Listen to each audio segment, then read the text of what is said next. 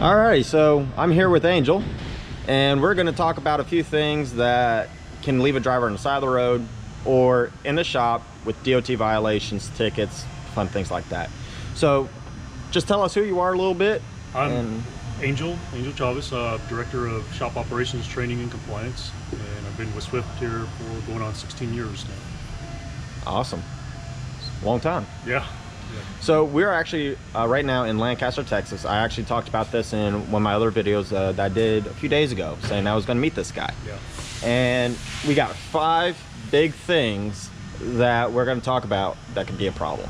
So let's do the top 3. And we just got done talking to a mechanic about 2 things that he's seen recently in the last, who knows, probably several weeks. Yeah, he pointed out 2 really good ones that, and that's good to get a mechanic's perspective, because I'm going to be looking at it from what are the common things we see from a violation standpoint. Right.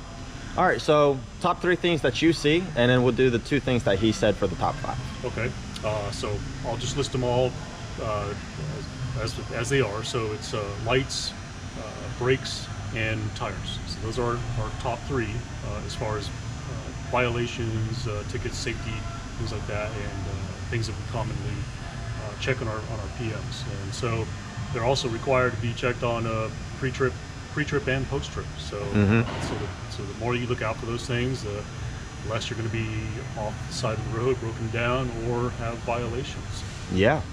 So I actually had a front steer tire blowout on the driver's side. Right.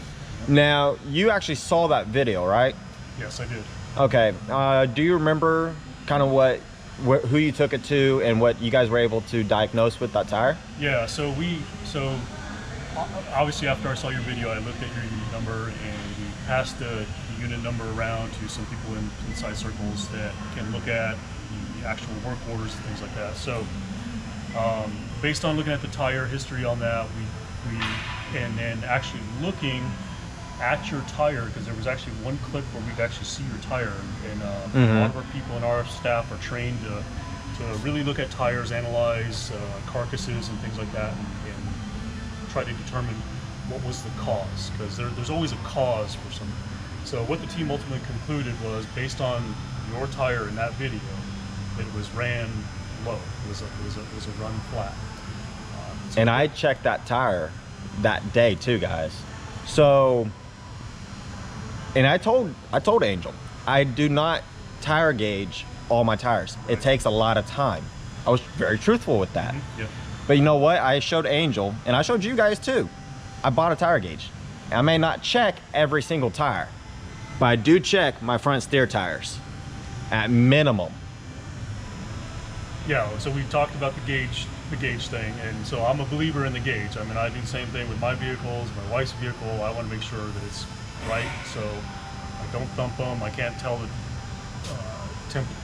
pressure difference between 88 psi and 115 psi. Yeah, you did talk about that, and before I had that tire blowout and before we talked about that, I believe that I could tell the difference.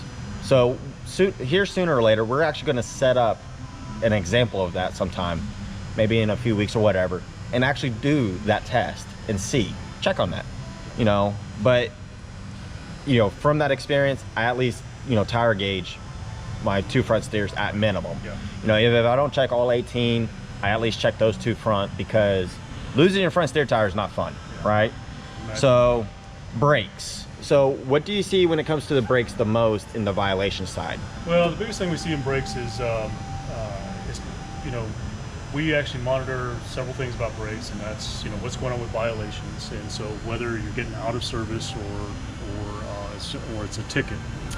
So the biggest thing is out of adjustments, and I think what's the other? No, it's pretty much out of adjustment, and so we're pretty thorough in our PM process as far as checking that out and making sure that everything's in an adjustment as it should be.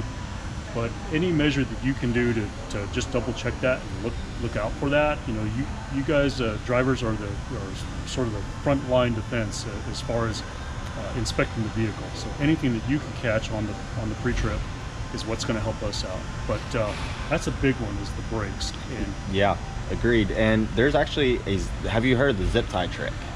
We use the zip ties. In fact, I was inspecting some PMs here today, and so we put zip ties on our push rods to actually measure that brake strength. I'm actually going to be doing that on my KW. My KW does not have the zip tie, and I'm actually going to do a video putting the zip ties on and actually explaining that in depth. Okay. So that will be coming out here pretty soon. So I will be underneath the vehicle doing that, and so you guys will actually see that. Yeah. So the next thing, lights. I mean, come on, checking your lights, at least at nighttime, is the best time to check your lights. Agreed? Yeah, I don't know what it is with the lights. I've driven commercially as well, not trucks, but tour buses and such. So I've made it a habit to check the lights over and over and over and over, because you can check it one time and then you go down the road and something's going to bump or loose, or bulb pops or whatever. Oh yeah. But that's a pretty common violation for us is lights. And to me, that's actually really surprising. And my students know that when we're checking our lights, I tell them hit the light, and I don't care if you break it, because if you break it by hitting it, then it was already broken. Yeah. It was rusted out, or was this or this. There's no force that you can apply by hitting it with your fist that should break that light. Is that a pretty true statement, you believe? Yeah, I would say. Okay. I mean, I'm not saying go Hulk smash on it. No. But I mean, if you're, hitting it as you're walking by, that light shouldn't, flicker. It shouldn't fall off. It shouldn't anything like that. Yeah, because sometimes,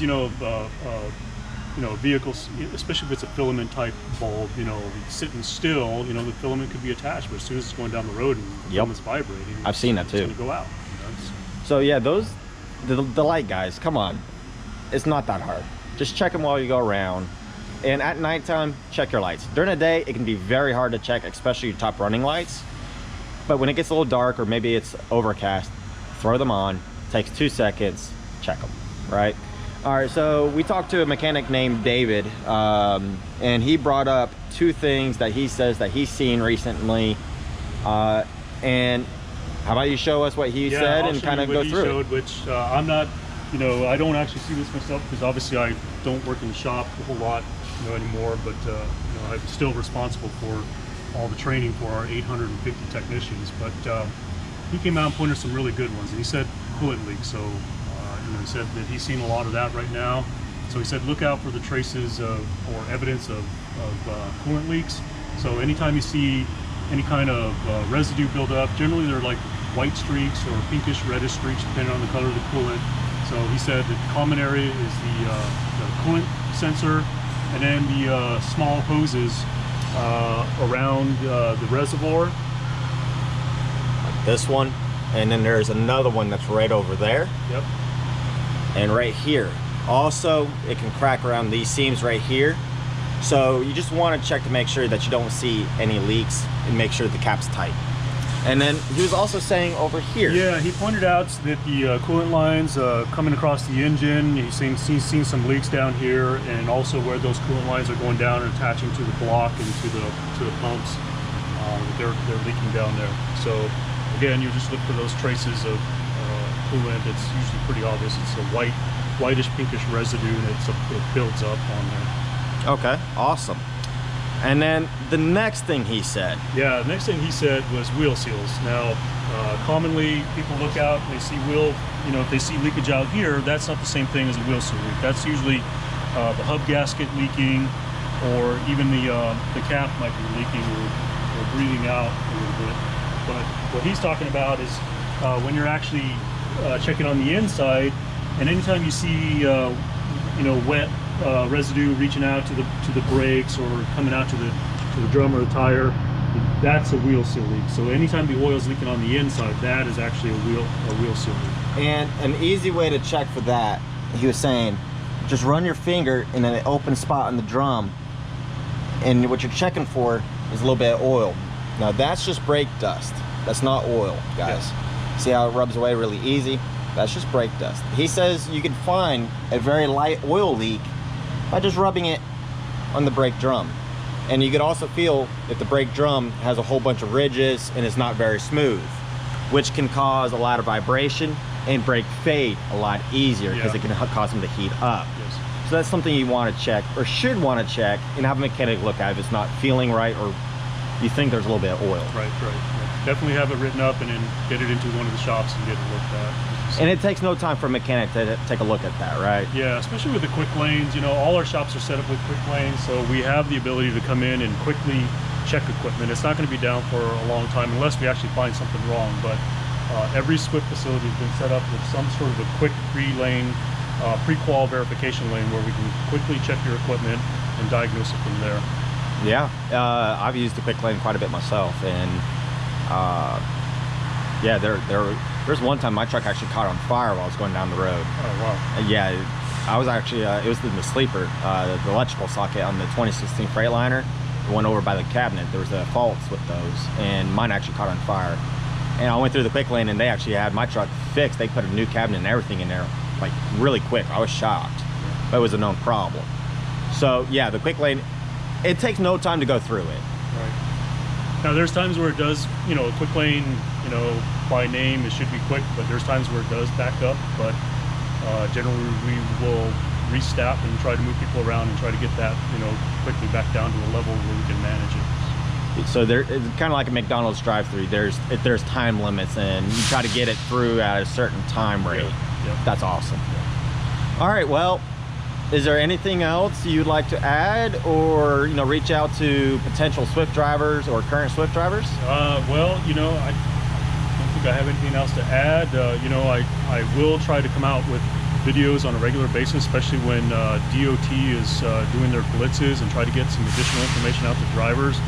I've already made 2 of those videos, and there's some good information in there for you, that'll help you with your pre-trips and things you can look out for to be prepared for that. And I'm just, for myself, I just like to regularly make a habit of following Swift drivers so that I have a better understanding of what they're experiencing out on the road, and that helps me to better train our technicians. So yeah. So if you're a Swift driver, I'll be looking out for you, and I do follow you Swift drivers. Awesome. So I'll put the link down below for that, so you guys can check that out and keep up to date to what he's finding and seeing. Yep. Other than that, I think that's going to be everything for today. If I don't get with David today and kind of do more of an in-depth thing from a mechanic's point of view, I will try to get out here. Maybe you could join me on that. Sure.